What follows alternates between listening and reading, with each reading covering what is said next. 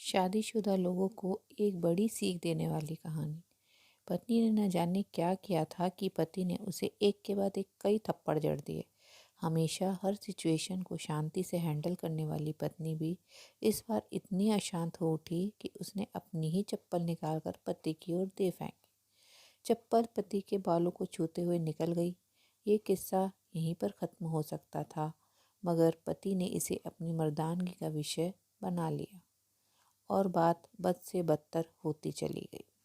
रिश्तेदारों ने भी आग में घी का काम किया। किसी ने कहा, जो औरत अपने पति को चप्पल से मार सकती है वो ना ही तो वफादार हो सकती है, ना ही पतिव्रता। ऐसी औरत परिवार ही नहीं पूरे समाज पर कलंक की तरह है। बीवी के पक्ष वाले कहाँ पीछे रहने वाले थे। किसी ने कहा, 21वीं सदी में भी जो स्त्री के साथ मारपीट करते हैं उन्हें तो जेल भेज देना चाहिए। तो कोई कहता, जरूर उसको कोई और पसंद आ गई होगी, इसलिए अब पत्नी से मारपीट करने लगा है। बात कोर्ट तक पहुंच गई। दोनों पक्षों ने एक दूसरे के खिलाफ केस फाइल कर दिया। पति ने चरित्रहीन होने का तो पत्नी ने दहेज और शारीरिक उत्पीड़न का आरोप लगाया। 2 वर्षों से अधिक समय के लिए केस चला था। इन 2 वर्षों के दौरान पति पत्नी अलग अलग रहे। इन 2 वर्षों के दौरान दोनों पक्षों की समर्थकों की संख्या कम हो गई थी। पहले जहां दोनों पक्षों में समर्थकों का समूह होता था, अब गिने चुने लोग रह गए थे।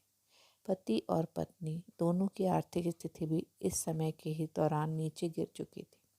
जिन्हें वो अपना शुभचिंतक समझ रहे थे, पैसों की बात आते ही उन्होंने भी अपना पलड़ा झाड़ लिया था। अगर कोई देने को राजी भी हुआ तो मोटे ब्याज की शर्त पर। आखिरकार वही हुआ जो सब चाहते थे, डाइवोर्स। हर कोई खुश था। दोनों पक्षों के रिश्तेदार, उनके माता पिता और दोनों के वकील। लेकिन 5 साल की सुखद शादी और एक सुंदर बेटी होने के बाद मिले इस डाइवोर्स से पत्नी मूक थी और पति शांत। शायद ये एक इत्तेफाक ही था कि इस खुशी को मनाने के लिए दोनों पक्ष के लोग एक ही चाय की टपरी पर बैठे आमने सामने। इत्तेफाक इसलिए क्योंकि ज़्यादातर लोग जो एक दूसरे के विरोध पक्ष को सपोर्ट कर रहे थे, वे एक दूसरे को अच्छे से जानते भी नहीं थे। पति पत्नी भी इन सभी से दूर एक दूसरे के सामने मेज पर बैठे। पत्नी ने पति से कहा, अब तो खुश होंगे ना, तुम्हारे मन की जो हुई है, मुबारक हो। तुम भी तो आज जीत गई हो, मुझसे तलाक तो तुम्हें भी मिल गया है, कॉन्ग्रेचुलेशन टू यू टू। पति ने कहा। तलाक को तुम जीत का प्रतीक समझते हो? पत्नी ने पूछा। पति चुप रहा। थोड़ी देर की शांति के बाद पति ने कहा, मुझे तुम्हें 5 लाख रुपए अभी और हर महीने 8 हजार देने का आदेश है।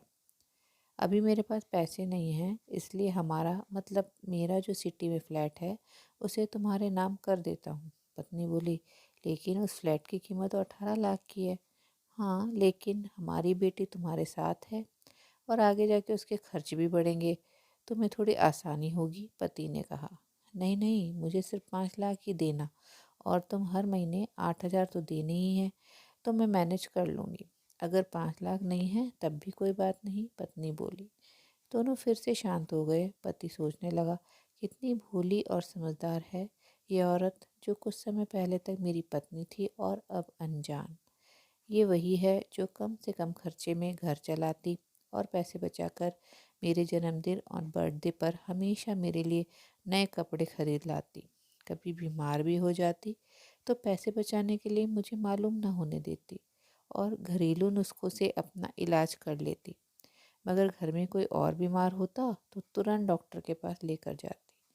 मेरी ही मति मारी गई थी। मैं ही अपनी झूठी मर्दानगी के चक्कर में इतनी बड़ी गलती कर बैठा। इधर पत्नी के दिमाग में भी उथल पुथल चल रही थी। अभी भी वैसा का वैसा ही है। पहले भी खुद से ज़्यादा हमारे बारे में सोचता था और अब भी वही कर रहा है। ये वही आदमी है जो मुझे एक्सीडेंट से बचाने के लिए खुद मोटरसाइकिल के आगे कूद पड़ा था और अपनी उंगली तुड़वा बैठा था। पता नहीं कौन सी मनहूस घड़ी में मैं झगड़ा कर बैठी। पति ने मौन तोड़ते हुए पूछा, अब तुम्हारे कमर का दर्द कैसा है? ज़्यादा तकलीफ तो नहीं होती? पत्नी हल्का सा मुस्कुराई और बोले, अभी भी होता है, अब तो पेट में भी क्रैम्प्स उठते हैं। पति ने कहा, वो तो होगा ही, तुम योगा या कसरत भी तो नहीं करती हो। अब किसी गायनोकोलॉजिस्ट को ज़रूर दिखा देना, पति ने कहा। तुम बताओ, तुम्हारा अस्थमा कैसा है अब? क्या अब भी दौरे पड़ते हैं? पत्नी ने पूछा। हाँ पड़ते हैं, पहले से ज़्यादा, क्योंकि अक्सर इन्हेलर भूल जाया करता हूँ, याद दिलाने के लिए तुम जो नहीं हो। अब पति बोला। पत्नी की आंखों में आंसू आ गए। वो बोली, तुम्हें मेरे चरित्र पर सवाल नहीं उठाने चाहिए थे, तो ये परिस्थिति आती ही नहीं। हाँ मैं जानता हूँ, तुम बहुत अच्छी हो, मुझसे गलती हो गई, बहुत बड़ी गलती। मैं लोगों के बहकावे में आ गया था, पति बोला। तुमने भी तो मुझ पर दहेज का इल्ज़ाम लगाया था, वो बोला। गलत था और इस बात का मुझे भी पछतावा हुआ, पत्नी ने कहा। पति कुछ कहना चाह रहा था लेकिन हिचकिचा रहा था। पत्नी ने पूछा, कुछ कहना चाहते हो?